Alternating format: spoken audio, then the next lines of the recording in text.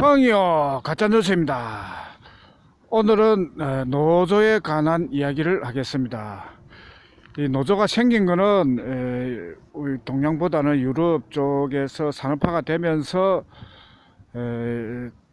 일을 하다 보니까 사용자 자본가들은 힘이 세고 노동자는 힘이 약하기 때문에 노동자들이 단결을 해서 힘을 가지자 해가지고 만든 것이 노조입니다. 노동조합입니다. 이 노동조합의 문제점은 뭐냐면 노동자에게는 일을 안 할 자유가 있는 거예요. 오늘 일하고 내일 일하고 마음에 안 들면은 다음날 그만둘 자유가 있는 거예요. 그런데 마찬가지로 회사는 일을 그만두게 할 자유가 있는 거예요. 일감이 있을 때는 일을 시키고 일감이 없을 때는 일꾼들에게 그만 나오라 할 수 있는 자유가 있는 거예요. 이 자유를 힘이 세다고 해서 안 줘버리니까 굉장히 불리해지는 거예요. 이 회사는 이익을 위하여 경영을 하는 건데 불필요한 사람을 내보내야 되는데 못 내보내면은 회사가 망하는 거죠.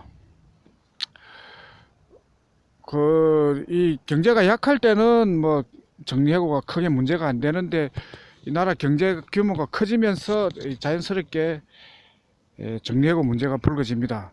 우리나라는 김영삼 씨 때 이제 그 문제가 생겼는데 김영삼 씨는 보니까 나라를 하니까 뭐 노동자 입장도 보고 회사 입장도 듣고 하니까 정리해고 이거는 필요하다 했는데 이 김대중 씨가 노동자 편에 서 가지고 정리해고는 불필요하다, 노동자 근익 보호를 위하여 반대를 한 거죠. 그러니까 결과적으로 흰겨루기에서 김대중 씨가 이기니 법으로 정리해고는 불법이 되었어요. 그러니까 정리해고를 못하니까 회사는 망하고, 회사가 망하니까 나라도 망하고, 그래가지고 IMF가 온 거예요. 그러면 김영삼 씨는 매우 억울하죠. 자기는 정리해고 해야 된다고 했는데 김대중 씨 때문에 나라가 망했는데 사람들은 자기 보고 나라를 망하게 IMF를 불러왔다고 하니 매우 억울한 거예요. 그리고 더구나 김대중 씨는 IMF를 잘 해결했다는 칭송까지 듣는데 사실은 그 해결하는 과정에서 알짜 기업을 그나마 있던 돈 잘 버는 흑자 기업을 외국에 넘겨버리니까 그 후로 이제 나라 경제가 힘을 못 쓰는 거예요. 우리는 그 전에도 살았기 때문에요. 그 나라 경제를 발전할 때는 뭐 10% 이상 성장이죠. 11%, 12, 13%, 높게는 14%까지. 당연히 나라가 열심히 하면은 그래 성장하는가 보다 했는데,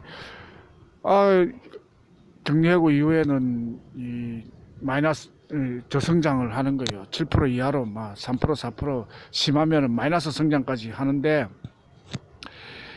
지금이라도 정리해고가 법으로 합법화가 되든지 이 개인이 호랑이처럼 혼자서 싸울 수가 있어 가지고 노조에 가입을 안 하고 혼자서 싸우면 나라 경제가 살아납니다.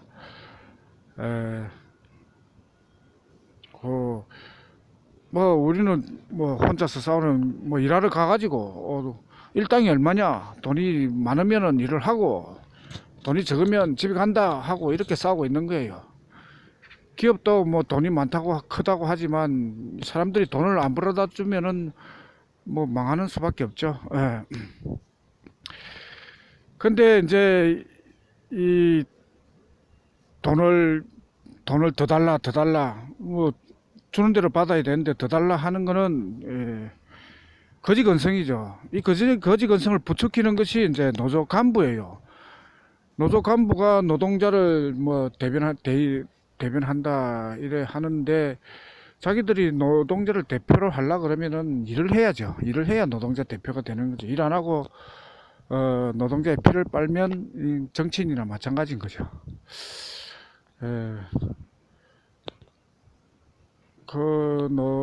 이 간부들이 문제예요.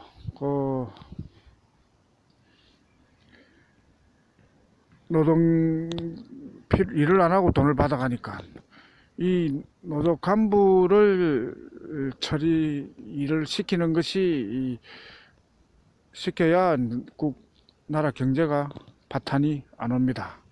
그 나라 경제 파탄의 주범이에요. 노조 간부. 오늘은 노동조합에 대하여 이야기를 해봤습니다.